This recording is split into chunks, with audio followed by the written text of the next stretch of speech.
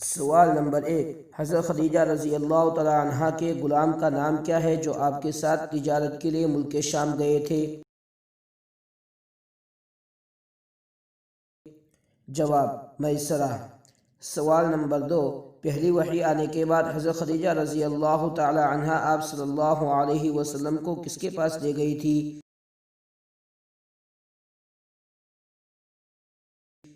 جواب: ورقہ بن نوفل کے پاس۔ سوال نمبر 3، قوم نوح پر جب پانی کا عذاب آیا تھا تو اس کی شروعات کیسے ہوئی تھی؟ آسمان سے پانی برسنے لگا تھا، یا زمین سے پانی ابلنے لگا تھا، یا تنور سے پانی نکلا تھا، یا چشمہ جاری ہوا تھا؟ جواب: تنور سے پانی ابلنے لگا تھا۔ سوال نمبر 4، وہ کون سا جانور تھا جو حضرت ابراہیم علیہ السلام کی آگ میں پھونک مار رہا تھا؟ مینڈک، گرگٹ، سانپ، چڑیا؟ جواب: گرگٹ۔ سوال نمبر 5، قبر میں مومن اور کافر سے کتنے سوال کیے جائیں گے؟